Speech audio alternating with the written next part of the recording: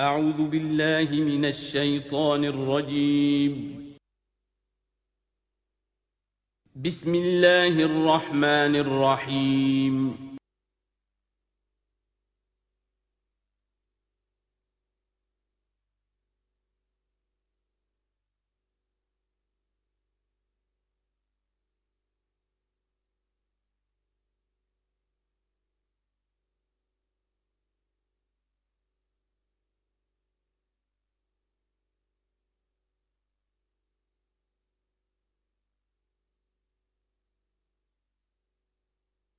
بسم اللہ الرحمن الرحیم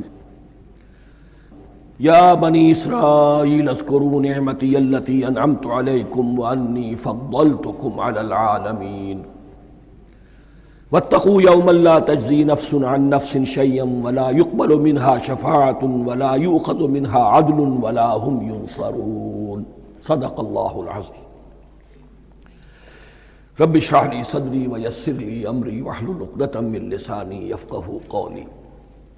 جیسا کہ میں نے عرض کیا تھا، سورہ بقرہ کے 5ویں رکوع سے اور 14ویں رکوع تک تو مسلسل، بلکہ 15ویں رکوع کی بھی پہلی 2 آیات شامل کرنی ہوں گی۔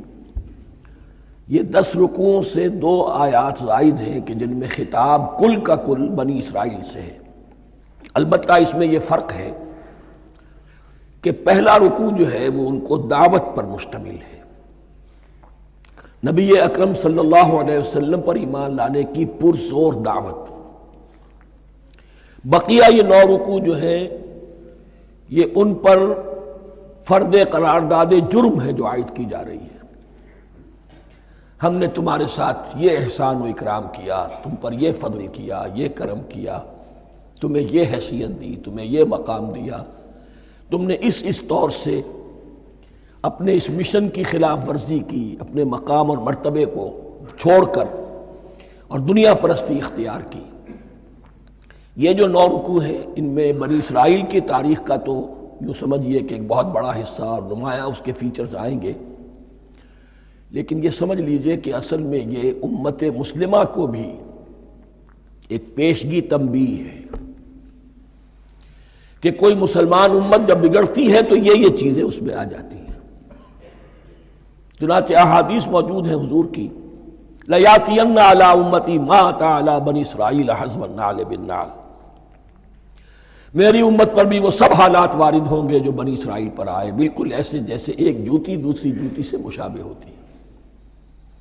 ایک اور حدیث میں فرمایا لَتَتَّبِعُنَّ سُنَنَ مَنْ قَبْلِكُمْ، تم لازماً اپنے سے پہلوں کی پیروی کرو گے۔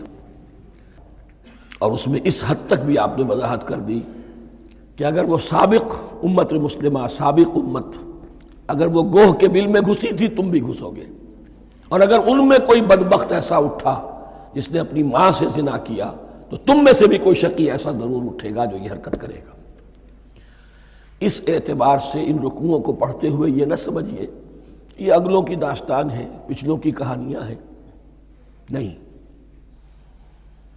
خوش طرح باشد کے سر دل براں، گفت آیت در حدیث دیگراں، یہ ہمارے لیے ایک آئینہ ہے اور ہمیں ہر مرحلے پر سوچنا ہوگا، دروں بینی کرنی ہوگی، انٹروسپیکشن، کہ کہیں اسی گمراہی میں ہم مبتلا تو نہیں، دیکھتے جائیے گا۔ دوسرا نقطہ پہلے سے یہ سمجھ لیجئے، یہ جو 2 آیتیں میں نے 6 رکوع کی تلاوت کی ہیں، بعین ہی یہی 2 آیتیں 15ویں رکوع میں آئیں گی، اور اس کو یوں سمجھیے کہ یہ 2 بریکٹس ہیں۔ 9 رکوعوں کا مضمون ان 2 بریکٹس کے درمیان ہے۔ یہ 2 آیتیں یہاں سے بریکٹ شروع ہو رہی ہیں، وہ 2 آیتیں ان پر بریکٹ ختم ہو رہی ہیں، بعین ہی وہی آیات۔ ایک آیت میں تو شوشے کا بھی فرق نہیں، دوسری آیت میں صرف ترتیب بدلی ہے، مضمون وہی ہے۔ اس کے مابین جو کچھ ہے، اس سے باہر یہ جو 5واں رکوع تھا، اس کے مضامین گویا کہ ضرب کھا رہے ہیں بریکٹ کے اندر کے سارے مضامین سے۔ یہ حساب کا بہت ہی عام فہم سا قاعدہ ہے، بریکٹ کے باہر کوئی رقم لکھی ہوئی ہے جس کے بعد کوئی زبر، کوئی جمع یا تفریق اگر نہیں ہے تو وہ ضرب کھائے گی، بریکٹ کے اندر جتنی بھی ویلیوز ہیں ان کے ساتھ ضرب کھائے گی۔ تو گویا کہ ہر قدم پر حضور پر دعوت، ایمان لانے کی دعوت اس پورے معاملے میں موجود ہے، اس لیے کہ اس میں بعض آیتیں ایسی آ گئی ہیں، ایک زیادہ نمایاں ایک کم نمایاں، جن سے کچھ لوگوں کو مغالطہ ہوا یا کچھ لوگوں نے فتنہ پیدا کیا جان بوجھ کر۔ یہ فتنہ ایک بار پیدا ہوا تھا اکبر کے زمانے میں دین الہی کی شکل میں، کہ صرف خدا کو مان لینا، آخرت کو مان لینا اور نیک اعمال کرنا نجات کے لیے کافی ہے، کسی رسول پر ایمان لانا ضروری نہیں ہے۔ یہ صوفیاء میں بھی یہ فتنہ بہت بڑے پیمانے پر آیا۔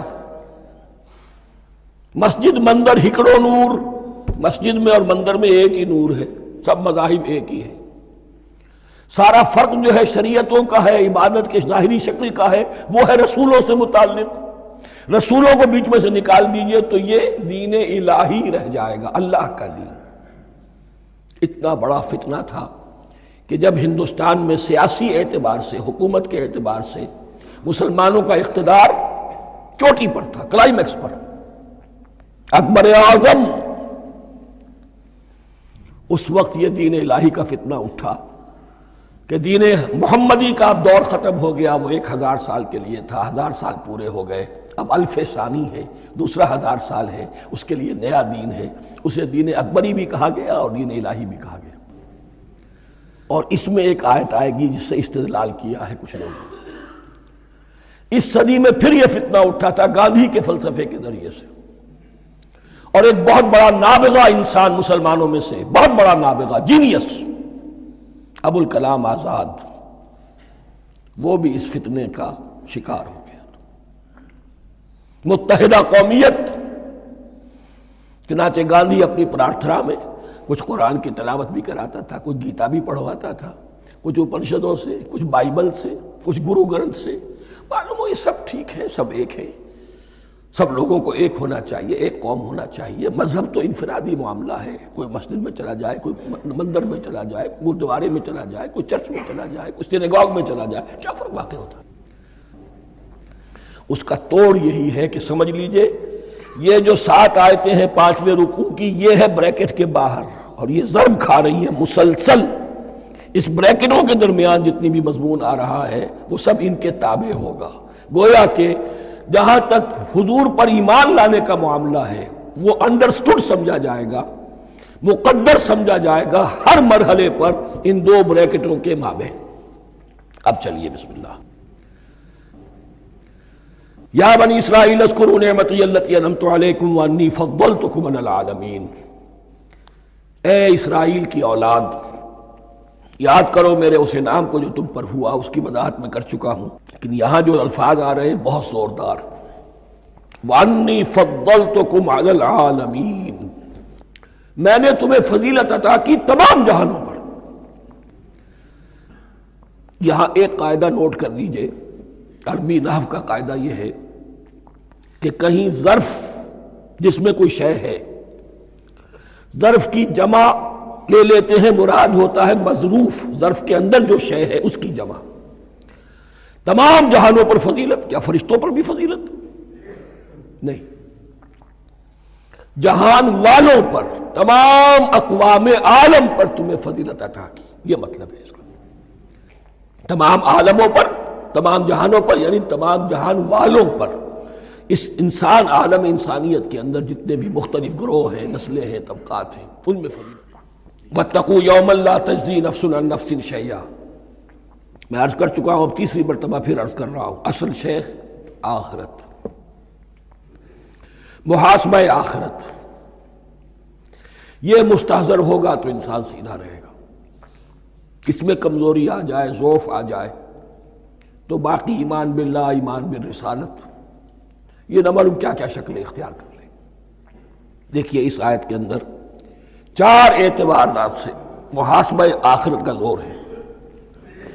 وَاتَّقُوا يَوْمًا، ڈرو اس دن سے، لا تجزی نفس عن نفس شیئا، جس دن کوئی جان کسی دوسرے کے کام نہ آ سکے گی، وَلَا يُقْبَلُ مِنْهَا شَفَاعَةٌ، اور نہ کسی سے کوئی سفارش یا شفاعت قبول کی جائے گی، کیٹیگوریکل ڈینائل، وَلَا يُؤْخَذُ مِنْهَا عَدْلٌ، نہ کسی سے فدیہ قبول کیا جائے گا، ولا هم ينصرون، اور نہ انہیں کوئی مدد مل سکے گی۔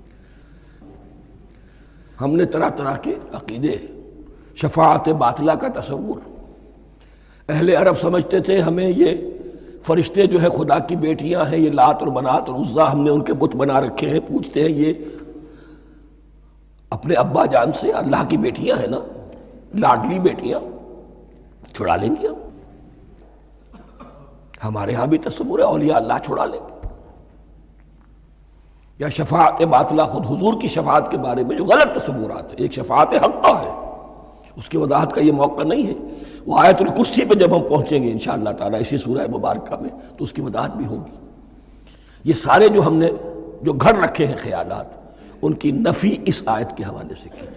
وَاتَّقُوا يَوْمًا لَا تَجْزِي نَفْسٌ عَن نَفْسٍ شَيْئًا، کوئی انسان دوسرے انسان کے کام نہیں آ سکتا۔ وَلَا يُقْبَلُ مِنْهَا شَفَاعَةٌ، کسی جان کی طرف سے کوئی سفارش قبول نہیں ہوگی۔ وَلَا يُؤْخَذُ مِنْهَا عَدْلٌ، نہ کوئی فدیہ قبول کیا جائے گا۔ وَلَا هُمْ يُنصَرُونَ، نہ انہیں کوئی مدد مل سکے گی۔ اب اس کے بعد اللہ تعالیٰ کے احسانات اور ان کی طرف سے جو ناشکریاں ہوئی ہیں ان کی بڑی تفصیل کے ساتھ اب بات چلے گی، تفصیل نہیں تیزی کے ساتھ۔ یہ واقعات کئی 100 برس کے ہیں، لیکن ایک تو یہ کہ ان کی تفاصیل مکی صورتوں میں آ گئی ہیں، سب سے زیادہ سورہ اعراف میں ملے گی، اور بھی کئی صورتوں میں آپ کو مل جائیں گی۔ یہاں پر تو پے بپے، جیسے کہ ایک قرارداد جرم کسی پر کی جاتی ہے تو اس میں سب گنوائے جاتے ہیں، تم نے یہ کیا، یہ کیا، یہ کیا۔ وَإِذْ نَجَّيْنَاكُم مِّنْ آلِ فِرْعَوْنَ، اور ذرا یاد کرو جب کہ ہم نے تمہیں نجات دی تھی فرعون کی قوم سے۔ يَسُومُونَكُمْ سُوءَ الْعَذَابِ، وہ تمہیں بدترین عذاب میں مبتلا کیے ہوئے تھے۔ يُذَبِّحُونَ أَبْنَاءَكُمْ وَيَسْتَحْيُونَ نِسَاءَكُمْ، تمہارے بیٹوں کو ذبح کر ڈالتے تھے اور تمہاری عورتوں کو زندہ رکھتے تھے۔ عورتیں تو پھر ان کے کام آتی تھی، گھر میں کام کاج کے لونیاں بنتی تھی، گھروں میں ڈال لیتے تھے، لیکن لڑکوں کو، اور یہ 2 موقع پر ہوا ہے بنی اسرائیل کے ساتھ، یہ بعد میں انشاءاللہ اس کی تفصیل آئے گی۔ وَفِي ذَلِكُمْ بَلَاءٌ مِّن رَبِّكُمْ عَظِيمٌ، اور یقیناً اس میں تمہارے رب کی طرف سے تمہارے لیے بڑی آزمائش تھی۔ وَإِذْ فَرَقْنَا بِكُمُ الْبَحْرَ، اور یاد کرو جب کہ ہم نے تمہارے لیے سمندر کو پھاڑ دیا یا دریا کو پھاڑ دیا۔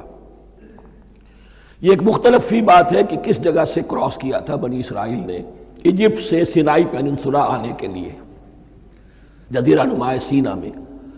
ایک رائے یہ کہ دریائے نیل کو کراس کر کے گئے ہیں، لیکن یہ بات غلط ہے، دریائے نیل تو مصر کے اندر ہے، وہ کبھی بھی مصر کی حد نہیں بنا۔ کسی کی رائے یہ ہے کہ جو خلیج سویز ہے، بحر قلزم جو ہے، ریڈ سی، وہ اوپر جا کر 2 کھاڑیوں میں تبدیل ہو جاتا ہے، خلیج عقبہ مشرق کی طرف اور خلیج سویس مغرب کی طرف، اور ان کے درمیان میں یہ سینائی پیننسولا جو ہے یہ تکون ہے، جیسے ہندوستان بھارت تکون ہے، ایسے یہ پیننسولا ہے، انڈین پیننسولا، سینائی پیننسولا۔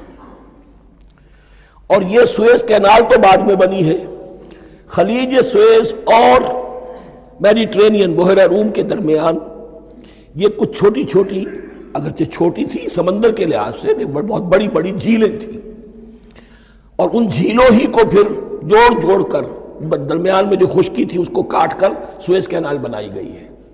تو اب تو یہ مسلسل ایک رابطہ ہے، لیکن معلوم ہوتا ہے کہ یا تو خلیج سویس کو کراس کیا ہے حضرت موسیٰ علیہ السلام نے، اور یہی میری رائے زیادہ یہی ہے، اس لیے کہ کوہ طور جو ہے وہ اس پیننسولا کی ٹپ پر ہے، نیچے ہے یہاں، جہاں پر پھر ان کا قیام رہا، اور جہاں پھر حضرت موسیٰ کو 40 دن کے لیے کوہ طور پر بلا کر اور پھر انہیں تورات دی گئی ہے۔ تو معلوم ہوتا ہے کہ جو خلیج سویز ہے اسے کراس کیا ہے۔ کراس کس طرح کیا ہے کہ حضرت موسیٰ کے عصا کی ایک ضرب سے سمندر پھٹ گیا۔ فَكَانَ كُلُّ فِرْقٍ كَالطَّوْدِ الْعَظِيمِ، دونوں طرف چٹانوں کے مانند پہاڑ کی طرح جو ہے وہ سمندر کھڑا ہو گیا، اس کے راستے سے یہ نکل گئے۔ اور پھر جب فرعون اور اپنا لشکر لے کر جب آیا ہے، اس نے سوچا ہم بھی نکل جائیں، وہ غرق ہو گئے، اس لیے کہ دونوں طرف کا پانی آپس میں مل گیا۔ یہ تھی کیفیت، اور معجزانہ کیفیت تھی، یہ کوئی فطرت کے یا نیچر کے اصول کے مطابق بات نہیں تھی، اور میں عرض کر چکا ہوں، آپ کو بتا چکا ہوں معجزہ کسے کہتے ہیں۔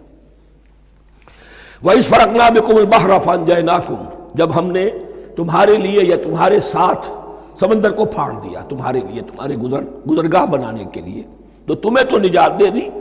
وَأَغْرَقْنَا آلَ فِرْعَوْنَ وَأَنْتُمْ تَنظُرُونَ، اور تمہاری نگاہوں کے سامنے فرعون کے لاؤ لشکر کو غرق کیا، تم دیکھ رہے تھے، یہ گزر چکے تھے، اس ساحل پر کھڑے ہیں، ادھر سے یہ داخل ہوئے ہیں اور پانی دونوں طرف سے آ کر مل گیا اور یہ غرق ہو گئے۔ وَإِذْ وَعَدْنَا مُوسَىٰ 40 لَيْلَةً، اور یاد کرو پھر جب کوہ طور پر ہم نے موسیٰ کو 40 دن کے لیے بلایا۔ ثُمَّ اتَّخَذْتُمُ الْعِجْلَ، ان کی غیر حاضری میں تم نے بچھڑے کی پرستی شروع کر دی، اسے معبود بنا لیا، من بعدہ، اس کی غیر موجودگی میں، وَأَنْتُمْ ظَالِمُونَ، تم بہت بڑا ظلم تھا جس کا ارتکاب کیا۔ ان الشرک لظلم عظیم، عظیم ترین ظلم جو ہے وہ شرک ہے، اور شرک جلی کی یہ شکل کہ بچڑے کو پوج رہے ہو۔ ثم عفونا عنکم من بعد ذلک، پھر ہم نے تمہیں اس کے بعد بھی معاف کیا، یہ ہمارا کرم رہا ہے، ہماری رحمت رہی۔ من بعد ذلک لعلکم تشکرون، تاکہ تم شکر کرو۔ وَإِذْ آتَيْنَا مُوسَى الْكِتَابَ وَالْفُرْقَانَ لَعَلَّكُمْ تَهْتَدُونَ، اور یاد کرو جب کہ ہم نے موسیٰ کو کتاب اور فرقان عطا فرمائی۔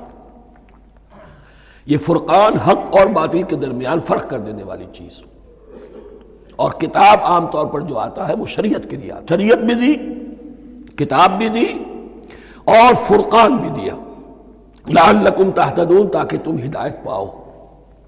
وَإِذْ قَالَ مُوسَىٰ لِقَوْمِهِ، اور یاد کرو جب کہ کہا تھا موسیٰ نے اپنی قوم سے، یا قوم انکم ظلمتم انفسکم باتخاذکم العجل، اے میری قوم کے لوگو، یقیناً تم نے اپنے اوپر بڑا ظلم کیا ہے بچڑے کو معبود بنا کر۔ فَتُوبُوا إِلَىٰ بَارِئِكُمْ، پس توبہ کرو اپنے پروردگار، اپنے خالق کی جناب میں۔ باری، باری اللہ تعالیٰ ہے، باری۔ فَاقْتُلُوا أَنفُسَكُمْ، تو قتل کرو اپنے آپ کو۔ یہ چیز جو ہے تورات میں تفصیل سے آئی ہے، قرآن میں نہیں ہے۔ اسی اعتبار سے میں نے آپ کو بتایا تھا کہ تورات کا مطالعہ اس اعتبار سے مفید ہے کہ بہت سے واقعات کا قرآن میں ذکر ہے، اجمالاً اشارہ ہے، اس کی تفصیل کے لیے ہمیں تورات سے رجوع کرنا پڑتا ہے، ورنہ یہ کہ اس آیت کا صحیح مفہوم واضح نہیں ہوگا۔ فَاقْتُلُوا أَنفُسَكُمْ، اپنے آپ کو قتل کرو، کیا مانی؟ یہ قتل مرتد کی سزا ہے۔ وہاں معلوم ہوتا ہے کہ حضرت موسیٰ نے یہ حکم دیا، 12 قبیلے تھے، ہر قبیلے میں سے کچھ لوگوں نے یہ کفر اور شرک کیا، باقی لوگوں نے نہیں کیا۔ انہیں حکم دیا گیا کہ اپنے قبیلے کے لوگ ان کو قتل کریں جو ان کے قبیلے میں سے اس کفر کے مرتکب ہوئے۔ انفسکم سے مراد یہ اپنے قبیلے کے لوگوں کو تم قتل کرو، اس لیے کہ قبائلی زندگی جو ہوتی ہے آپ کو معلوم ہے، اس میں کوئی اور قبیلہ ہاتھ لگا دے تو قبائلی عصبیت بھڑک اٹھے گی۔ 70,000 یہودی قتل ہوئے، اس سے بڑی توبہ اور ممکن نہیں، اس سے بڑا پرج، کسی بھی آئیڈیالوجیکل پارٹی کے اندر پرج بہت ضروری ہوتا۔ کچھ لوگ آ گئے ایک نظریے کو قبول کر کے، رفتہ رفتہ نظریہ اوجل ہو گیا، کچھ مفادات، کچھ چودراہٹیں یہ مقدم ہو گئی، اسی سے جماعتیں خراب ہوتی ہیں، غلط راستے پہ پڑ جاتی ہیں، تحریکیں بھٹک جاتی ہیں۔ تو آئیڈیالوجیکل پارٹی، نظریاتی جماعتیں پرج کرتی رہتی ہیں کہ جو بھی ہمارے نظریے سے ہٹ گئے اب ان کو ہم کاٹ کر علیحدہ کر۔ یہی سے قتل مرتد، تو یہ چیز حدیث میں ہے یا پھر قرآن میں یہاں ہے۔ اس حوالے سے جو لوگ ہمارے ہاں بعض علماء بھی ہیں، جدید دانشور ہیں، جو قتل مرتد کی جو حد ہے اسلام میں اس کو تسلیم نہیں کرتے، لیکن میرے نزدیک یہ شریعت موسوی کا تسلسل ہے کہ شریعت موسوی کی جس شے کو بدلا نہ گیا ہو، جس کے بارے میں صراحتاً یہ معلوم نہ ہو کہ یہ شے تبدیل کر دی گئی، تو وہ شریعت محمدی کا جز بن گئی۔ زنا پر رجم کا معاملہ بھی یہی ہے، قرآن مجید میں رجم کی صریح آیت کوئی موجود نہیں ہے، حدیث میں ہے۔ قرآن مجید میں مرتد کے قتل کے لیے کوئی آیت موجود نہیں ہے، حدیث میں ہے، سنت میں ہے، اور دونوں کی کا جو منبع ہے وہ اصل میں تورات ہے۔ تو اس بات کو اچھی طرح نقل کر دیجئے، یہ جگہ اکثر لوگ جو ہیں یہاں بہت سرسری طور سے گزر جاتے ہیں، یہ بہت اہم ہے، اور اس کے لیے تورات کی طرف رجوع کیجئے۔ 70,000، 6 لاکھ کل تھے جب یہ مصر سے نکلے ہیں، 6 لاکھ تھے۔ کتنے عرصے کے بعد پیننسولا پہنچے ہیں، سینائی پیننسولا میں اور طور میں، کچھ اور ان کی تعداد بڑھ گئی ہوگی، لیکن یہ کہ ان میں سے 70,000 کو قتل کیا اپنے ہاتھوں سے۔ ہر قبیلے نے اپنے جو مرتد تھے ان کو اپنے ہاتھ سے قتل کیا۔ فَتُوبُوا إِلَىٰ بَارِئِكُمْ فَاقْتُلُوا أَنفُسَكُمْ ذَٰلِكُمْ خَيْرٌ لَكُمْ عِندَ بَارِئِكُمْ، یہی تمہارے لیے تمہارے رب کے نزدیک بہتر بات ہے۔ فَتَابَ عَلَيْكُمْ، تو اللہ نے تمہاری توبہ قبول کر لی۔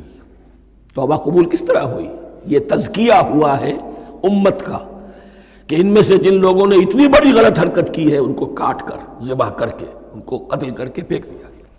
انہ هو التواب الرحیم، یقیناً وہ تو ہے ہی بہت توبہ کا قبول فرمانے والا اور بہت رحم فرمانے والا۔ وَإِذْ قُلْتُمْ يَا مُوسَىٰ لَن نُّؤْمِنَ لَكَ حَتَّىٰ نَرَى اللَّهَ جَهْرَةً، ایک اور واقعہ ان کی تاریخ کا۔ اور یاد کرو جب کہ تم نے کہا تھا اے موسیٰ ہم تو تمہاری بات نہیں مانیں گے۔ ایمان کے بعد جب لام کا حرف آئے تو اس کے معنی صرف تصدیق کے ہوتے ہیں۔ لن نؤمن لک، ہم آپ کی بات کی تصدیق نہیں کریں گے، حتیٰ نر اللہ جہرتن، جب تک کہ ہم دیکھ نہ لیں اللہ کو عیانن۔ ہمیں کیا پتا اللہ نے یہ کتاب دی آپ کو، آپ تو لے کر آ گئے، ہمارے سامنے تو پتھر کی کچھ تختیاں ہیں، اس پہ کچھ لکھا ہوا، کس نے لکھا ہمیں کیا پتا۔ اب دیکھیے ایک حضرت موسیٰ کی خواہش تھی رب ارنی انظر الیک، وہ کچھ اور شے تھی۔ یہ تخریبی ذہن ہے جو یہ کہہ رہا ہے کہ ہم بھی چاہتے ہیں کہ اللہ کو اپنی آنکھوں سے دیکھیں اور معلوم ہو کہ واقعی اس نے یہ کتاب آپ کو دی ہے۔ فَأَخَذَتْكُمُ الصَّاعِقَةُ، تو تمہیں آ پکڑا ایک بہت بڑی کڑک نے، ایک بہت بڑی کڑک ہوئی اور سب کے سب مردہ ہو گئے۔ وَأَنْتُمْ تَنظُرُونَ، تمہارے دیکھتے دیکھتے ایک کڑک نے تمہیں آ لیا۔ ثُمَّ بَعَثْنَاكُم مِّن بَعْدِ مَوْتِكُمْ، پھر ہم نے تمہیں دوبارہ اٹھایا تمہاری موت کے بعد۔ بعض لوگ اس کی یہ تعویل کر رہے ہیں کہ یہ موت نہیں تھی بلکہ بے ہوش ہو گئے تھے، یعنی جو بھی کڑک تھی اس کی وجہ سے سب کے سب بے ہوش ہو کے گر گئے۔ لیکن میرے نزدیک یہاں تعویل کی ضرورت نہیں، بعث بعد الموت اللہ کے لیے کوئی مشکل نہیں۔ ہم الفاظ کو خواب کاہے کو ان کے اصل جو مفہوم ہے جو کہ صاف ہے، صریح ہے، اس سے خواب کاہے کے لیے موڑ کر لے کر جائیں۔ ثم بعثناکم من بعد موتکم لعلکم تشکرون، تاکہ تم شکر کرو۔ وظللنا علیکم الغمام وانزلنا علیکم المن والسلوى، اور ہم نے تم پر ابر کا سایہ کیا۔ اب 6 لاکھ کا قافلہ چل رہا ہے، سینائی پیننسولا، صحرا، کوئی اوٹ نہیں، کوئی سایہ نہیں، دق و دق، دھوپ کی تپش۔ تو اللہ کا فضل ہوا کہ ایک سائے کی طرح ابر جو ہے ان کے ساتھ ساتھ جہاں جہاں وہ جا رہے ہیں وہ ابر ان پر سایہ کیے ہوئے۔ وَأَنزَلْنَا عَلَيْكُمُ الْمَنَّ وَالسَّلْوَىٰ، کھانے کو کچھ نہیں، تو من اور سلوہ نازل کیے گئے۔ من ایسے اترتا تھا رات کے وقت کہ جیسے شبنم کے قطرے ہوتے ہیں، لیکن وہ ہوتا تھا کسی ایسی چیز کا جس میں شیرینی تھی، اور پھر وہ زمین پر آ کر جم کر وہ ایک گویا کے دانہ بن جاتے تھے، یہ ان کا اناج ہو گیا۔ کاربوہائیڈریٹ سپلائی اس سے ہو گئی، من سے۔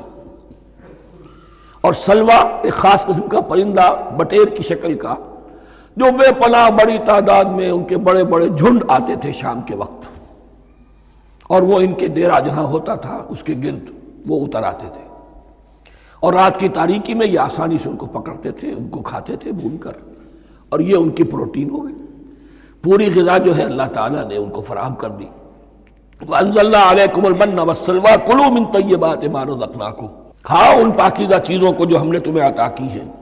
وَمَا ظَلَمُونَا، ہم نے تو ان پر کوئی ظلم نہیں کیا، وَلَٰكِن كَانُوا أَنفُسَهُمْ يَظْلِمُونَ، لیکن وہ خود ہی اپنے اوپر ظلم ڈھاتے رہے، ہر قدم پر نافرمانی اور ناشکری۔ اس کی بھی ناشکری آگے آ جائے گی چل کر، من و سلوہ سے بھی ناشکری کی انہوں نے۔ وَإِذْ قُلْنَا ادْخُلُوا هَٰذِهِ الْقَرْيَةَ فَكُلُوا مِنْهَا حَيْثُ شِئْتُمْ رَغَدًا وَادْخُلُوا الْبَابَ سُجَّدًا وَقُولُوا حِطَّةٌ نَغْفِرْ لَكُمْ خَطَايَاكُمْ، اور یاد کرو جب کہ ہم نے تم سے کہا تھا اس شہر میں داخل ہو جاؤ، اور پھر کھاؤ اس میں سے بافراغت جہاں سے چاہو جو چاہو، لیکن دیکھنا دروازے میں داخل ہونا جھک کر، اور کہتے رہنا مغفرت مغفرت مغفرت، ہم تمہاری خطاؤں سے درگزر فرمائیں گے۔ اس آیت کو سمجھنے کے لیے ذرا تاریخی بات سمجھ لیجئے۔ صحرائے سینا میں آنے کے بعد، اور یہ جو کتاب تورات انہیں مل گئی تھی، اس کے بعد حضرت موسیٰ علیہ السلام کے ہی زمانے میں انہیں جہاد اور قتال کا حکم ہوا۔ اس سے پوری قوم نے انکار کر دیا، یہ سورہ مائدہ میں آئے گا۔ اس پر اللہ تعالیٰ نے ایک سزا مسلط کر دی ان پر کہ 40 برس تک اسی صحرا میں بھٹکتے پھریں گے۔ اگر یہ ابھی قتال کرتے، جہاد کرتے، تو پورا فلسطین ان کے ہاتھ پر ابھی فتح کرا دیتے، لیکن چونکہ انہوں نے بزدلی دکھائی ہے، اب سزا یہ ہے فَإِنَّهَا مُحَرَّمَةٌ عَلَيْهِمْ 40 سَنَةً يَتِيهُونَ فِي الْأَرْضِ، اب 40 برس تک یہ اسی صحرا میں بھٹکتے پھریں گے، اور ارض فلسطین جو ان کے لیے ارض موعود تھی وہ ان پر حرام کر دی گئی 40 سال کے لیے۔ اس 40 سال کے عرصے میں حضرت موسیٰ کا بھی انتقال ہو گیا، حضرت ہارون کا بھی ہو گیا، اور اس عرصے میں ایک نئی نسل پیدا ہوئی۔ وہ جو غلامی کا داغ اٹھائے ہوئی نسل آئی تھی مصر سے، جن کے اندر مورل کیریکٹر جو ہے وہ بہت کمزور ہو جاتا ہے، وہ پوری نسل ختم ہو گئی، نئی نسل اب پیدا ہوئی۔ 40 برس صحرا میں پیدا ہوئے، یہی پلے بڑھے، ان میں اب ایک جذبہ تھا۔ حضرت موسیٰ کے پھر جو خلیفہ تھے یوشع ابن نون، جوشوا، تورات میں ان کا نام جوشوا ہے، یوشع، ان کی سرکردگی میں اب بنی اسرائیل کی اس نئی نسل نے قتال کیا، جنگ کی، اور پہلا شہر جو فتح ہوا وہ اریحا۔ آج بھی وہ شہر جو ہے جیریکو جو آپ دیکھتے ہیں خبروں کے اندر آتا ہے بار بار، اریحا اس کا پرانا نام ہے، یہ شہر فتح ہوا۔ اس فتح کی بات کا تذکرہ ہو رہا ہے۔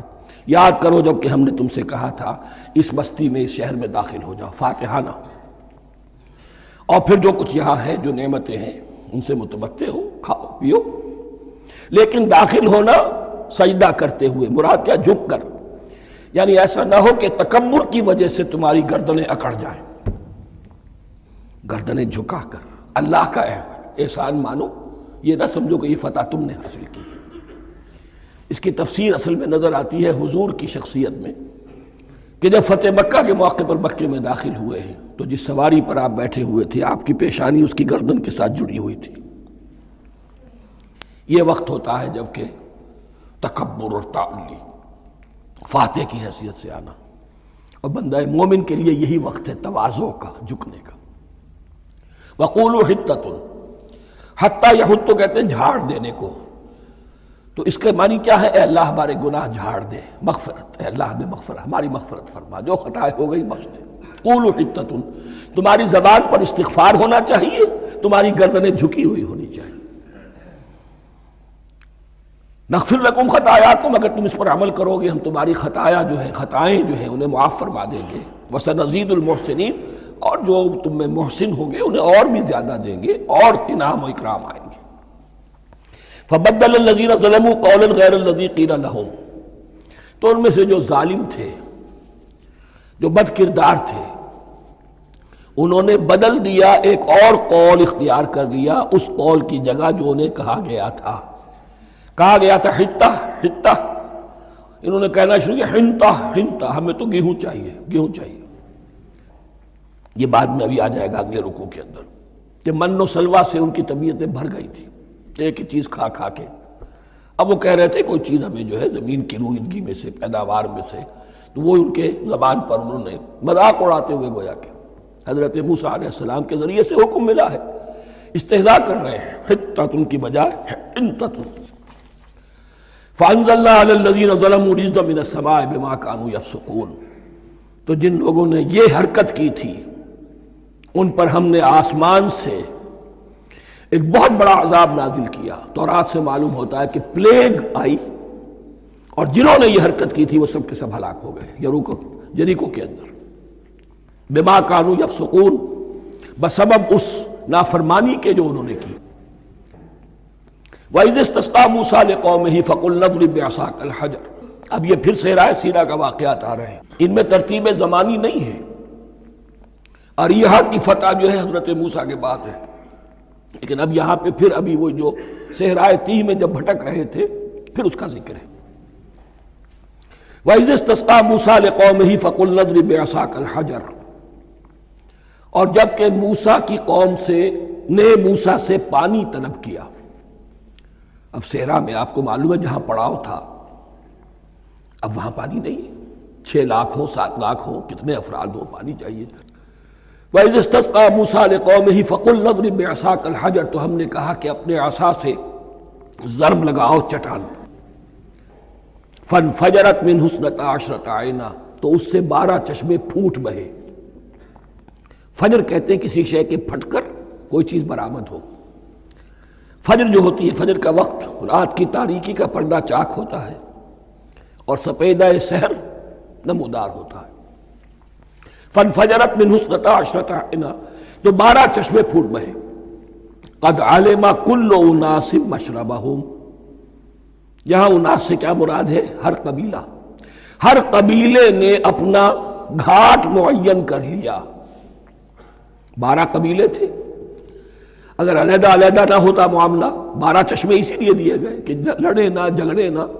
پانی تو بہت بڑی چیز ہے، کہیں پانی پینے پلانے پہ جھگڑا اور کہیں گھوڑا آگے بڑھانے پہ جھگڑا، یہ تو قبائلی زندگی کے اندر ہوتی ہی چیزیں۔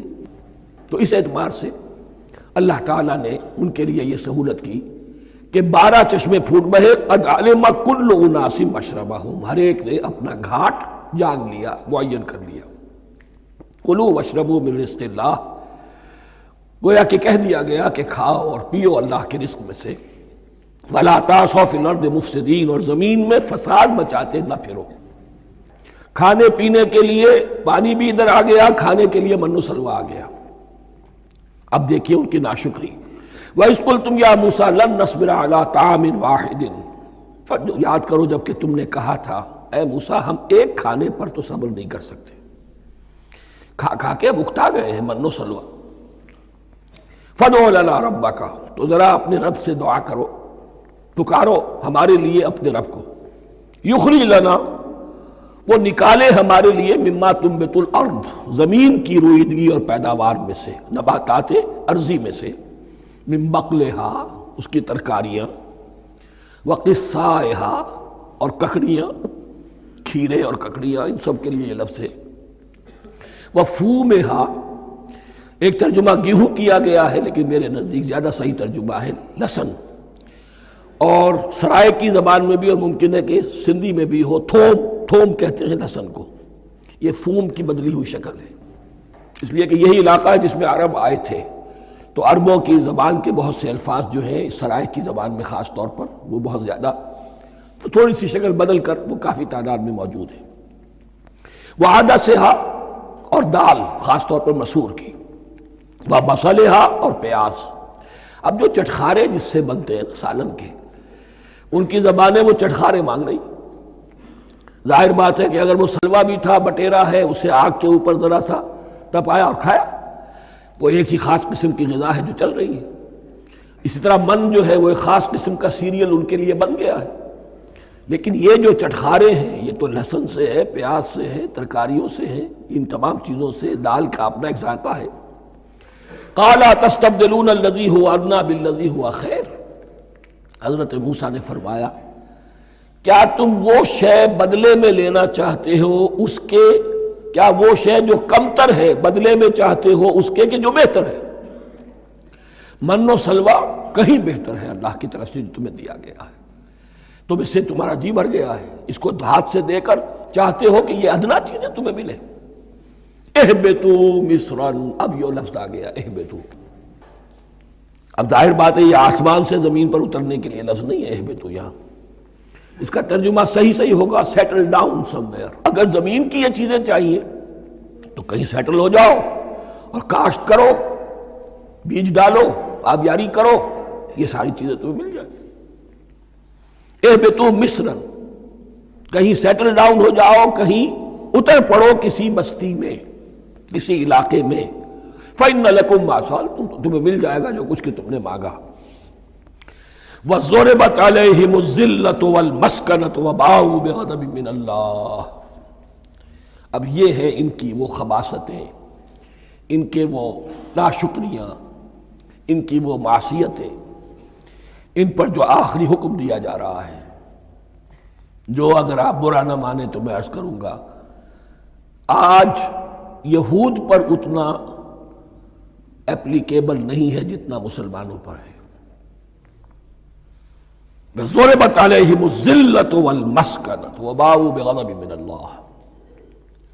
ذلت اور مسکنت، کم ہمتی ان پر تھوپ دی گئی۔ ضربت علیہم، it was heaped upon them.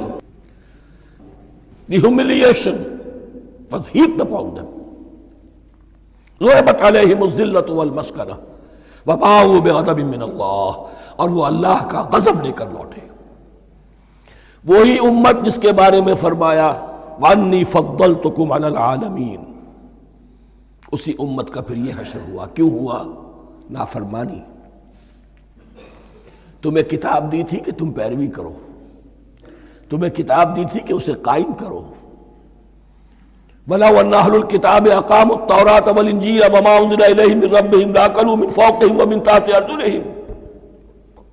اگر یہ تورات اور انجیل کو قائم کرتے، نافذ کرتے، تو نعمتیں زمین بھی اگلتی، ان کے قدموں کے نیچے سے نعمتیں جو ہیں وہ پھوٹتی، اور ان کے سروں کے اوپر سے بھی بارش ہوتی نعمتوں کی۔ لیکن اگر تم نے اس کو چھوڑ کر اپنی خواہشات، اپنے نظریات، اپنے خیالات، اپنا تمرد، اپنی سرکشی، اپنی حاکمیت، اپنی مصلحتیں، اپنی عقل، اس کو بالا تر کیا، تو پھر جو قوم اللہ کے قانون کی، اللہ کی ہدایت کی، اللہ کی کتاب کی امین ہوتی ہے دنیا میں، وہ اللہ کی ریپرزنٹیٹیو ہوتی ہے، نمائندہ ہوتی ہے۔ اگر وہ اپنے عمل سے مس ریپرزنٹ کرے اللہ کو، تو وہ کافروں سے بڑھ کر مغضوب اور کافروں سے بڑھ کر مبغوض ہو جاتی ہے، مغضوب بھی مبغوض بھی۔ اس لیے کافروں کو تو دین پہنچانا تمہارے ذمہ تھا، تم نے دین ان کو کیا پہنچانا تھا، تم تو خود دین سے منحرف ہو گئے۔ آج اس جگہ پر امت مسلمہ کھڑی ہے کہ 1.25 بلین یا 1.5 بلین، 125 کروڑ عزت نام کی شے نہیں ہے، کہ عزت نام تھا جس کا گئی تیمور کے گھر سے، سارے معاملات دنیا کے G7 G15 کے ہاتھ میں ہیں، سیکیورٹی کونسل اس کے پرماننٹ ممبر کا ویٹو ہے، اور نہ سیکیورٹی کونسل میں اور نہ کہیں کسی G7 میں، نہ G9 میں، نہ G15 میں کوئی مسلمان ملک نہیں۔ کس نمی پرست کی بھیا کیستی، ہماری اپنی پالیسیز کہیں اور طے ہوتی ہیں، ہمارے اپنے بجٹ کہیں اور بنتے ہیں، ہماری صلح اور جنگ کسی اور کے اشارے سے ہوتی ہے، یہ ریموٹ کنٹرول، یہ ذلت اور مسکنت۔ آپ کے ریڈیو پر، ٹیلی ویژن پر خبریں آتی رہیں کہ اتنے مسلمانوں کے ساتھ یہ کر دیا، اتنی مسلمان عورتوں کی بے حرمتی کر دی، لیکن یہاں ہم بیٹھے ہوئے اپنے اپنے دھندوں میں، اپنے اپنے کاروبار میں، اپنی اپنی ملازمتوں میں، اپنے اپنے کیریئرز میں، دنیا میں کیا کچھ ہو رہا ہے۔ بہرحال اس وقت یہ جو ہے، میں نے جیسا کہ عرض کیا تھا کہ یہ ہے تاریخ بنی اسرائیل کی، لیکن خوشترا باشد کے سر دل براں، گفت آیت در حدیث دیگراں، یہ ہمارا نقشہ ہے آج اس آیت میں۔ ضربت علیہم الذلۃ والمسکنۃ وباؤوا بغضب من اللہ، اور یہ کیوں؟ ذالک بانہم کانوا یکفرون بآیات اللہ، یہ اس لیے کہ وہ اللہ کی آیات کا انکار کرتے رہے۔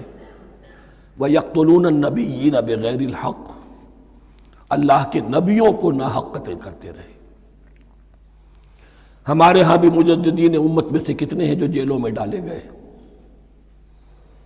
جن کو ایسی ایسی مار پڑی ہے کہ کہا جاتا ہے کہ ہاتھی کو بھی وہ مار پڑتی تو برداشت نہ کرتا۔ احمد ابن حنبل کے ساتھ کیا ہوا؟ ابو حنیفہ جیل میں انتقال کیا، امام مالک کے کندھے کھینچ دیے گئے، اتار دیے گئے، منہ کالا کر کے اور اونٹ پر بٹھا کر پھرایا گیا ہے۔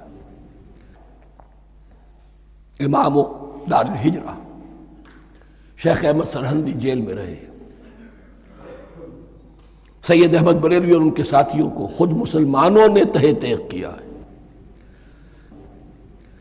بہرحال یہ داستانیں ہیں، اب نبی تو کوئی نہیں آئے گا، ان کے ہاں نبی تھے، ہمارے ہاں مجددین ہیں، علماء حق ہیں، جیسے کہ حدیث بھی ہے علماء امتی کا انبیاء بنی اسرائیل، تو جو انہوں نے انبیاء کے ساتھ کیا ہم نے مجددین اور علماء کے ساتھ کیا۔ ذالک بما عصوا وکانوا یعتدون، اور یہ ہوا ان کی نافرمانیوں کی وجہ سے اور حد سے تجاوز کرنے کی وجہ سے۔ اللہ تعالیٰ تو ظالم نہیں ہے، اللہ نے تو اونچا مقام دیا تھا، ہمیں بھی خیر امت قرار دیا، کنتم خیر امت اخرجت للناس تأمرون بالمعروف وتنہون عن المنکر وتؤمنون باللہ۔ اب اگر ہم نے وہ اپنا مشن چھوڑ دیا تو ذلت اور مسکنت وہ ہمارا مقدر بن گئی۔ اللہ کا قانون اور اللہ کا عدل بے لاگ ہے، وہ فرام امہ ٹو امہ چینج نہیں ہوتا۔ سنت اللہ جو ہے لن تجد لسنت اللہ تحویلا ولن تجد لسنت اللہ تبدیلا، اللہ کی سنت بدلتی نہیں۔ بنی اسرائیل کا جو حشر ہوا آج وہ ہمارا ہو رہا ہے۔ بہرحال اس پر میری جو کتاب ہے سابق اور موجودہ مسلمان امتوں کا ماضی حال اور مستقبل، اس کا مطالعہ کیجیے۔ اب آ گئی وہ آیت کہ جس سے استدلال کیا گیا ہے کہ ایمان بالرسالت نجات کے لیے ضروری نہیں ہے۔ ان الذین آمنوا والذین ہادوا والنصارى والصابئین من آمن باللہ والیوم الآخر وعمل صالحا فلہم اجرہم عند ربہم ولا خوف علیہم ولا ہم یحزنون۔ یقیناً جو لوگ ایمان لائے، اور اس سے مراد ہے جو ایمان لائے حضور پر، محمد پر صلی اللہ علیہ وسلم، والذین ہادوا، اور جو یہودی ہو گئے، والنصارى، اور نصرانی، والصابئین، اور صابی وہ لوگ تھے عراق کے علاقے میں رہتے تھے جو کہتے تھے کہ ہم دین ابراہیمی پر ہیں، لیکن ان کے ہاں بھی بہت کچھ بگڑ گیا تھا، جیسے حضرت ابراہیم کی نسل حضرت اسماعیل کی نسل بگڑ گئی تھی تو اس طرح وہ بھی بگڑ گئے تھے۔ ستارہ پرستی زیادہ تر ان کے ہاں تھی۔ من آمن باللہ والیوم الآخر، جو کوئی بھی ایمان لایا اللہ پر اور یوم آخر پر، وعمل صالحا، اور اس نے عمل کیے اچھے، فلہم اجرہم عند ربہم، تو ان کے لیے محفوظ ہے ان کا اجر ان کے رب کے پاس، ولا خوف علیہم ولا ہم یحزنون، اور نہ ان پر کوئی خوف ہوگا اور نہ وہ کسی حزن سے دوچار ہوں گے۔ ظاہر الفاظ کے اعتبار سے دیکھیے کہ یہاں ایمان بالرسالت کا ذکر نہیں ہے۔ ویسے تو اگر کوئی اس سے یہ غلط استدلال کرتا ہے تو اس کا پہلا جو اصولی جواب ہے وہ تو یہ ہے کہ ایسی حدیثیں بھی موجود ہیں، من قال لا الہ الا اللہ دخل الجنہ، تو اس کے کیا معنی ہے؟ صرف کہنے سے جنت میں داخل ہو جائیں گے، کسی عمل کی ضرورت نہیں۔ جواب یہ دیا جائے گا پورے قرآن کو سامنے رکھو، پورے حدیث کے ذخیرے کو سامنے رکھو، کسی ایک جگہ سے کوئی ایک نتیجہ نکال لینا وہ صحیح نہیں۔ لیکن اس کے علاوہ وہ اصول جو میں بیان کر چکا ہوں کہ یہ سلسلہ شروع کہاں سے ہوا ہے، 5واں رکوع، وَآمِنُوا بِمَا أَنزَلْتُ مُصَدِّقًا لِمَا مَعَكُمْ وَلَا تَكُونُوا أَوَّلَ كَافِرٍ بِهِ، انہیں ایمان کی زوردار دعوت سے تو یہ ساری بات شروع ہوئی ہے۔ اب فصاحت اور بلاغت کا یہ تقاضا ہے کہ بار بار اس کو دہرایا نہ جائے، وہ بات انڈرسٹوڈ رہے گی، مقدر رہے گی، سمجھی جائے گی کہ ہر جگہ پر وہ موجود ہے، اس لیے کہ ساری گفتگو ہو رہی ہے اسی کے حوالے سے۔ وَآمِنُوا بِمَا أَنزَلْتُ مُصَدِّقًا لِمَا مَعَكُمْ وَلَا تَكُونُوا أَوَّلَ كَافِرٍ بِهِ وَلَا تَشْتَرُوا بِآيَاتِي ثَمَنًا قَلِيلًا وَإِيَّايَ فَاتَّقُونِ۔ اس حوالے سے یوں سمجھیے اب اس آیت کو کہ یہاں پر کچھ الفاظ محذوف مانے جائیں گے، ان الذین آمنوا والذین ہادوا والنصارى والصابئین من آمن باللہ والیوم الآخر وعمل صالحا فی ایامہم فلہم اجرہم عند ربہم ولا خوف علیہم ولا ہم یحزنون۔ ہر دور میں جبکہ ابھی حضرت عیسیٰ نہیں آئے تھے تو جو بھی یہودی تھے اس وقت تک حضرت موسیٰ کے ماننے والے، وہ جو بھی اللہ پر ایمان رکھتے تھے اور نیک عمل کرتے تھے، آخرت کو مانتے تھے، ان کی نجات ہو جائے گی۔ لیکن حضرت عیسیٰ کے آنے کے بعد ان کو نہیں مانا، اب وہ کافر قرار۔ لیکن اب حضرت عیسیٰ کے آنے کے بعد جب تک حضور نہیں آئے، جو بھی مانتا ہے لیکن یہ کہ شرط یہی ہوگی کہ اپنے اپنے زمانے میں اصل میں نفی جس بات کی جا رہی ہے وہ یہ ہے کہ یہ نہ سمجھو کہ کسی گروہ میں ہونے سے نجات ہوتی ہے. نجات کسی گروہ میں ہونے کی وجہ سے نہیں ہے، نجات کی بنیاد ایمان اور عمل صالح ہے. کسی رسول پر ایمان لانا اپنے دور کے رسول پر وہ تو لازم ہے، لیکن یہ ہے کہ اس پر ایمان تو لے آئے اور وہ عمل صالح نہیں ہے تو نجات نہیں ہوگی. تو یہ اپنے اپنے دور میں اپنے اپنے زمانے میں ہر امت کے لیے وَلِكُلِّ أُمَّةٍ أَجَلٌ قرآن مجید کے ایک مقام پر آیا ہے، ہر امت کے لیے ایک خاص معین مدت ہے. اس معینہ مدت میں اب ظاہر بات ہے جو لوگ حضور کی بعثت سے پہلے فوت ہو گئے ان پر تو کوئی ذمہ داری نہیں تھی حضور پر ایمان لانے کی، اور ایسے لوگ تھے، ایسے موحدین مکے میں موجود تھے جو یہ کہتے تھے کعبے کے پردے پکڑ پکڑ کر، اے اللہ ہم صرف تجھے پوجنا چاہتے ہیں، صرف تیری بندگی کرنا چاہتے ہیں، لیکن جانتے نہیں کیسے کریں. یہ بات موجود تھی اور ان کا انتقال بھی ہو گیا. یہ زید، سعید ابن زید، سعید جو حضرت عمر کے بہنوئی تھے اور وہ عشرہ مبشرہ میں سے ہیں، ان کی اہلیہ حضرت فاطمہ بنت خطاب، ان دونوں کے ایمان کو اللہ نے ذریعہ بنایا حضرت عمر کے ایمان کا. اور یہ والد تھے سعید کے زید، وہ یہ کہتے ہوئے دنیا سے چلے گئے حضور کی ابھی بعثت ہی نہیں ہوئی تھی، اے اللہ میں صرف تیری بندگی کرنا چاہتا ہوں، کیسے کروں یہ نہیں جانتا. اسی کو ذہن میں رکھیے، اہدنا الصراط المستقیم جو میں نے کہا تھا، ایک سلیم الفطرت انسان، سلیم العقل انسان توحید تک پہنچ جاتا ہے، آخرت کو پہچان لیتا ہے، لیکن اب کیا کروں؟ اس شریعت کے لیے، ان احکام کے لیے وہ دستے سوال دراز کرنے پر مجبور ہے. الحمدللہ رب العالمین الرحمن الرحیم مالک یوم الدین ایاک نعبد و ایاک نستعین اہدنا الصراط المستقیم. اسی صراط المستقیم کی دعا کا یہ جواب اب آئے گا، شروع ہوگا سورہ بقرہ سے، یہ کرو یہ نہ کرو، یہ فرض ہے، یہ تم پر لازم کیا گیا، یہ چیز حرام کی گئی، وغیرہ وغیرہ. ان الذين آمنوا والذين هادوا والنصارى والصابئين من آمن بالله واليوم الآخر وعمل صالحا، اور محذوف الفاظ فی ازمنتہم، اپنے اپنے زمانے میں، یا فی ایامہم، فلہم اجرہم عند ربہم ولا خوف علیہم ولا هم یحزنون. وَإِذْ أَخَذْنَا مِیثَاقَکُمْ وَرَفَعْنَا فَوْقَکُمُ الطُّورَ، اور ذرا یاد کرو جب کہ ہم نے تم سے عہد لیا، قول و قرار لیا، اور تمہارے اوپر اٹھا دیا طور کو، پہاڑ کو. جب تورات دی گئی تو اس وقت ایک کیفیت معجزانہ طور پر ایسی پیدا کی گئی، ان کے اوپر ایک رعب ڈالنے کے لیے اور خشیت قلب میں پیدا کرنے کے لیے کوہ طور اٹھا کر معلق کر دیا گیا. اس وقت کہا گیا خذوا ما آتیناکم بقوۃ، تو اس قول و قرار کے وقت ایک معجزے کی شکل یہ ہوئی تھی. وَإِذْ أَخَذْنَا مِیثَاقَکُمْ وَرَفَعْنَا فَوْقَکُمُ الطُّورَ خُذُوا مَا آتَیْنَاکُمْ بِقُوَّةٍ وَاذْکُرُوا مَا فِیہِ لَعَلَّکُمْ تَتَّقُونَ. پکڑو اس کو مضبوطی کے ساتھ جو ہم نے تمہیں دیا ہے، اس حدیث، اس کتاب کو، تورات کو، اس شریعت کو، ان احکام کو. وَاذْکُرُوا مَا فِیہ، اور یاد رکھو اسے جو کچھ کہ اس میں ہے، لَعَلَّکُمْ تَتَّقُونَ، تاکہ تم بچ سکو.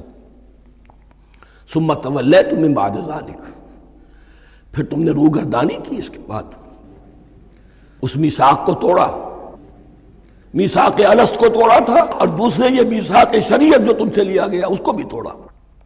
ثم تولیتم من بعد ذلک فلولا فضل اللہ علیکم ورحمتہ لکنتم من الخاسرین. پھر اگر اللہ کا فضل تمہارے شامل حال نہ ہوتا اور اس کی رحمت تمہاری دستگیری نہ کرتی رہتی، بار بار تمہیں معاف کیا، تمہیں مہلت دی، تو اگر یہ چیز نہ ہوتی تو اسی وقت سے تم خسارہ پانے والے اور تباہ ہونے والے ہو جاتے. وَلَقَدْ عَلِمْتُمُ الَّذِينَ اعْتَدَوْا مِنْكُمْ فِي السَّبْتِ، اور تمہیں خوب معلوم ہے تم میں سے وہ لوگ جنہوں نے سبت کے قانون کو توڑا، حد سے تجاوز کیا. یہ واقعہ تفصیل کے ساتھ سورہ اعراف میں آئے گا کہ ان کی شریعت میں ہفتے کا روز معین کر دیا گیا تھا، کوئی دنیاوی کام نہیں ہوگا. آج بھی وہ لوگ جو ہے سبت کو، جو بھی پریکٹسنگ جیوز ہیں، وہ اس کی پابندی کرتے ہیں اور بڑی شدت سے کرتے ہیں. لیکن ایک زمانے میں ایک خاص ان کا قبیلہ تھا کہ جس نے ایک بڑے ہی شرعی ہیلہ ایجاد کر کے اس قانون کی دھجیاں بکھیری. تفصیل ہم پڑھیں گے سورہ اعراف میں. وَلَقَدْ عَلِمْتُمُ الَّذِينَ اعْتَدَوْا مِنْكُمْ فِي السَّبْتِ، تمہارے علم میں ہیں تمہارے وہ لوگ کہ جنہوں نے سبت کے قانون کے ضمن میں خلاف ورزی کی فَقُلْنَا لَهُمْ كُونُوا قِرَدَةً خَاسِئِينَ، تو ہم نے کہہ دیا ان کو کہ ہو جاؤ ذلیل بندر، ان کی شکلیں بس کر دی گئی، انہیں بندروں کی شکل میں تبدیل کر دیا گیا۔ فَجَعَلْنَاهَا نَكَالًا لِمَا بَيْنَ يَدَيْهَا، پھر ہم نے اس واقعے کو یا اس بستی کو ایک بنا دیا مثال، لوگوں کے لیے ان کی عبرت کے سامان بنا دیا، ان کے لیے بھی جو سامنے موجود تھے اس زمانے کے لوگ، اور ان کے لیے بھی جو بعد میں آنے والے تھے، وَمَوْعِظَةً لِّلْمُتَّقِينَ، اور اسے ایک نصیحت، ایک سبق آموزی کی بات بنا دیا اہل تقویٰ کے لیے۔ وَإِذْ قَالَ مُوسَىٰ لِقَوْمِهِ إِنَّ اللَّهَ يَأْمُرُكُمْ أَن تَذْبَحُوا بَقَرَةً، اور یاد کرو جب کہ موسیٰ نے اپنی قوم سے کہا یقیناً اللہ تمہیں حکم دیتا ہے کہ گائے کو ذبح کرو۔ یہ واقعہ میں پہلے آپ کو بتا دوں، پھر ہم یہ آیات تیزی سے پڑھ لیں گے۔ بنی اسرائیل میں ایک شخص قتل ہو گیا عامیل نامی، اور قاتل کا پتہ نہیں چل رہا تھا۔ اللہ تعالیٰ نے حضرت موسیٰ کے ذریعے سے انہیں حکم دیا کہ ایک گائے کو ذبح کرو، اور اس کے جسم کے ایک ٹکڑے سے اس مردے کو چھوؤ، وہ جی اٹھے گا اور وہ بتا دے گا میرا قاتل کون ہے۔ اب یہ کہ یہ معجزات کی شکل ہے جو بار بار آ رہے ہیں، اور سابق اس امت کے اندر معجزات کا آپ کو بہت عمل دخل ملے گا۔ اس میں ایک تو یہ کہ گائے کو ذبح کرنا، وہ گائے کے تقدس کا جو ان کے دل میں ذہن میں تھا، تو ذبح کرنے سے اس کے اوپر بھی گویا کہ ایک تلوار چلائی گئی، اور پھر انہیں دکھا بھی دیا گیا کہ ایک آدمی زندہ بھی ہو سکتا ہے، بعد سے بعد الموت کا بھی ایک نقشہ دکھا دیا گیا انہیں۔ لیکن انہیں جب یہ حکم ملا اور ان کے دلوں کے اندر وہ بچڑے کی اور گائے کی تقدیس جو ہے وہ پلی ہوئی تھی، اب انہوں نے سوال کر کے کسی طریقے سے بچنے کے لیے مین میخ نکالی، کیسی گائے ہو، کیا رنگ ہو، کس طرح کی ہو، کس عمر کی ہو۔ بالآخر یہ کہ جب ہر طرف سے گھیراؤ ان کا ہو گیا اور سب چیزیں جو ہیں ان کے سامنے واضح کر دی گئیں، تب انہوں نے یوں سمجھیے چاروں ناچار بادل ناخواستہ اس حکم پر عمل کیا۔ بس اب ترجمہ کر لیجئے۔ وَإِذْ قَالَ مُوسَىٰ لِقَوْمِهِ إِنَّ اللَّهَ يَأْمُرُكُمْ أَن تَذْبَحُوا بَقَرَةً، اور یاد کرو جب کہ موسیٰ نے کہا اپنی قوم سے کہ اللہ حکم دیتا ہے تمہیں کہ ایک گائے کو ذبح کرو۔ قَالُوا أَتَتَّخِذُنَا هُزُوًا، انہوں نے کہا کہ آپ ہمارے ساتھ کوئی ٹھٹھا کر رہے ہیں، مذاق اڑا رہے ہیں، یہ کیا بات آپ کہہ رہے ہیں؟ قَالَ أَعُوذُ بِاللَّهِ أَنْ أَكُونَ مِنَ الْجَاهِلِينَ، فرمایا میں اللہ کی پناہ طلب کرتا ہوں اس سے کہ میں جاہلوں میں سے ہو جاؤں، کہ میں ان دین کے معاملات کے اندر استہزاء اور تمسخر کو شامل کر دوں۔ قالوا ادع لنا ربک یبین لنا ما ہی، اب انہوں نے کہا اچھا ایسی بات ہے تو ذرا اپنے رب سے دعا کیجئے کہ وہ ہم پر واضح کر دے کہ وہ کیسی ہو۔ قال انہ یقول، حضرت موسیٰ نے فرمایا اللہ تعالیٰ فرماتا ہے انہا بقرۃ لا فارض ولا بکر، وہ ایک ایسی گائے ہونی چاہیے کہ جو نہ بوڑھی ہو نہ بالکل بچھیا ہو، عوان بین ذالک، ان کے بین بین ہو۔ فَفَعَلُوا مَا تُؤْمَرُونَ، تو اب کر گزرو جو تمہیں حکم دیا گیا۔ قَالُوا ادْعُ لَنَا رَبَّكَ يُبَيِّن لَنَا مَا لَوْنُهَا، اب انہوں نے پھر کہا ذرا ایک دفعہ اور دعا کیجئے اپنے رب سے، وہ ہمیں بتا دے اس کا رنگ کیسا ہونا چاہیے۔ قال انه يقول انها بقرة صفراء فاقع لونها تسر الناظرين، فرمایا اللہ فرماتا ہے کہ وہ گائے ایسی ہونی چاہیے زرد رنگ، شوخ رنگ، شوخ زرد رنگ کی، چمکیلی، جو دیکھنے والوں کو خوب اچھی لگے، پسند آئے، دل میں کھپ جانے والی۔ اب جو زیادہ سے زیادہ ان کے ہاں مقدس سمجھے جاتے تھے گائے، رفتہ رفتہ سوال کر کے اگر پہلے ہی حکم پر وہ کر دیتے تو کسی بھی گائے کو ذبح کر دیتے، لیکن یہاں گھیراؤ ان کا ہو رہا ہے کہ جس کی تقدس کا ان کے ذہن میں زیادہ سے زیادہ تاثر ہے اسی کو واضح کیا جائے۔ قالوا ادع لنا ربک یبین لنا ما ہی، پھر انہوں نے کہا ذرا اللہ سے دعا کیجئے اور وہ ہمیں یہ بتائے کہ وہ کیسی ہو۔ ان البقرہ تشابہ علینا، یقیناً ہم کچھ شبہ میں پڑ گئے ہیں، یہ گائے کا معاملہ مشتبہ ہو گیا ہے ہم پر۔ قال انہ یقول، فرمایا اللہ فرماتا ہے انہا بقرۃ لا ذلول تثیر الارض ولا تسقی الحرث، وہ ایک ایسی گائے ہونی چاہیے کہ جو کوئی جس سے مشقت نہ لی جاتی ہو، نہ وہ ہل جوتتی ہو اور نہ وہ رہٹ کا پانی کھینچتی ہو۔ تسیر الارض، نہ تو وہ زمین کو جوتنے میں ہل چلانے میں کام نہیں لی جائے، ولا تسقی الحرث، اور نہ کھیتی کو پانی پلانے کے لیے وہ پانی کھینچنے میں استعمال کیا جائے۔ مسلمتن، اور پوری سالم ہونی چاہیے، یک رنگ، لا شیۃ فیہا، اس میں کسی دوسرے رنگ کا کوئی داغ تک نہ ہو۔ اب کیا کرتے، گھیراؤ میں آ گئے۔ قالوا الآن جئت بالحق، کہا انہوں نے کہ ٹھیک ہے اب تو آپ نے بات جو ہے پوری طریقے سے واضح کر دی۔ فذبحوها وما كانوا يفعلون، تب انہوں نے اس کو ذبح کیا اور وہ کرنے والے نہیں تھے، دل میں نہیں تھا، بادل ناخواست تھا۔ اب دیکھیے یہاں ترتیب ذرا واقعے کی جو ہے مختلف ہو گئی ہے۔ جو اس ذبح بقرہ کا سبب تھا وہ بعد میں بیان ہو رہا ہے یہاں۔ تورات میں چونکہ واقعات کو اس طریقے سے بیان کیا ہے لہذا وہاں ترتیب دوسری ہے۔ وَإِذْ قَتَلْتُمْ نَفْسًا فَادَّارَأْتُمْ فِيهَا، اور یاد کرو جب کہ تم نے ایک جان کو قتل کیا تھا اور اس کا الزام تم ایک دوسرے پر لگا رہے تھے، یعنی کسی کا پتہ نہیں چل رہا تھا قاتل کون ہے۔ وَاللَّهُ مُخْرِجٌ مَا كُنتُمْ تَكْتُمُونَ، اور اللہ تعالیٰ فیصلہ کر چکا تھا کہ جو کچھ تم چھپا رہے ہو اسے نکال کر رہے گا، واضح کرے گا۔ فَقُلْ نَضْرِبُوهُ بِبَعْضِهَا، تو ہم نے حکم دیا کہ اس کی لاش کو اس گائے کے ایک ٹکڑے سے، اس کے جسم کے ایک حصے سے ضرب لگاؤ۔ كَذَلِكَ يُحْيِي اللَّهُ الْمَوْتَى، اور دیکھو اس طریقے سے اللہ مردوں کو زندہ کر دے گا۔ تھوڑی دیر کے لیے وہ زندہ ہوا اور اس نے اپنے قاتل کا نام بتا دیا۔ وَيُرِيكُمْ آيَاتِهِ لَعَلَّكُمْ تَعْقِلُونَ، اور وہ تمہیں دکھاتا ہے اپنی آیات تاکہ تم عقل سے کام لو۔ اب جو الفاظ آ رہے ہیں بہت سخت ہیں، بہت سخت ہیں، لیکن ان کو پڑھتے ہوئے درون بینی ضرور کیجیے گا، اپنے اندر جھانکیے گا۔ ثم قست قلوبکم، پھر تمہارے دل سخت ہو گئے۔ جب دین میں ہیلے بہانے نکالے جانے لگے اور ہیلوں بہانوں کے ذریعے سے شریعت کے احکام سے بچا جائے، اللہ کو دھوکہ دینے کی کوشش کی جائے، اس کا جو نتیجہ نکلتا ہے وہ دل کی سختی۔ ثم قست قلوبکم، پھر تمہارے دل سخت ہو گئے۔ فہی کالحجارۃ او اشد قسوہ، تو وہ تو اب پتھروں کے مانند ہیں بلکہ سختی میں ان سے بھی زیادہ شدید ہے۔ یہ ویسے بھی فصاحت اور بلاغت کا بھی بڑا ایک عمدہ مقام ہے قرآن کا۔ وَإِنَّ مِنَ الْحِجَارَةِ لَمَا يَتَفَجَّرُ مِنْهُ الْأَنْهَارُ، پتھروں میں سے تو ایسے بھی ہوتے ہیں جن میں سے چشمے پھوٹ بہتے ہیں۔ وَإِنَّ مِنْهَا لَمَا يَشَقَّقُ فَيَخْرُجُ مِنْهُ الْمَاءُ، اور ایسے بھی ہیں جو شق ہو جاتے ہیں، پتھر چٹانیں، ان میں سے پانی برآمد ہو جاتا ہے۔ وَإِنَّ مِنْهَا لَمَا يَهْبِطُ مِنْ خَشْيَةِ اللَّهِ، اور ان میں وہ بھی ہوتے ہیں جو اللہ کے خوف سے گر پڑتے ہیں۔ وَمَا اللَّهُ بِغَافِلٍ عَمَّا تَعْمَلُونَ، اور اللہ تعالیٰ غافل نہیں ہے اس سے کہ جو تم کر رہے ہو۔ یہ کیفیت جو ہے ثم قست قلوبکم فہی کالحجارۃ او اشد قسوہ، ہے کون؟ یا بنی اسرائیل اذکروا نعمتی التی انعمت علیکم وانی فضلتکم علی العالمین، جن پر 1400 برس ایسے گزرے کہ کوئی لمحہ ایسا نہ تھا کہ نبی موجود نہ ہو، جنہیں 3 کتابیں دی گئیں۔